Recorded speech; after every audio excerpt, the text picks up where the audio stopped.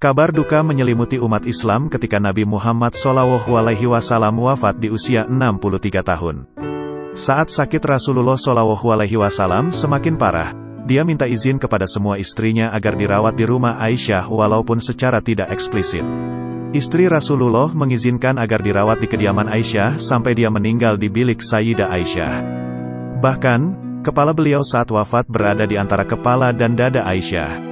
Rasulullah SAW wafat pada hari Senin sama seperti hari saat beliau lahir dan menerima wahyu pertama.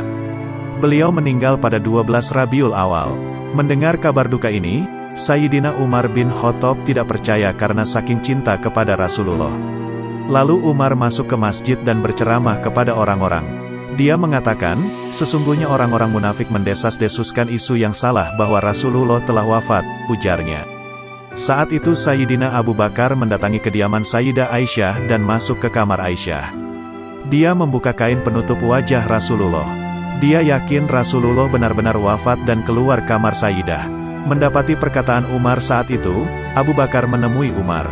Meskipun sedih, Abu Bakar memiliki tanggung jawab untuk mengumumkan kabar duka itu, ucapnya.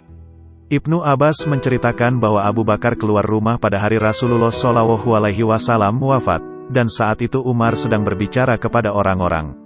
Abu Bakar berkata, "Duduklah, wahai Umar." Namun Umar menolak untuk duduk.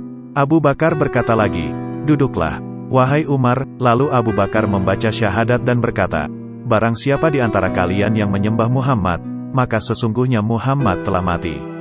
Dan barang siapa di antara kalian yang menyembah Allah, maka sesungguhnya Allah Maha Hidup, tidak mati." Surat Az-Zumar ayat 30.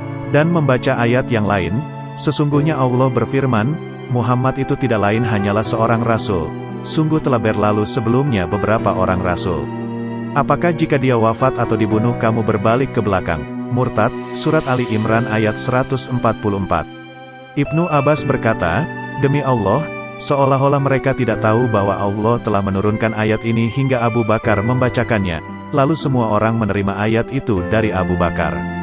Kami pun mendengar semua orang membacanya.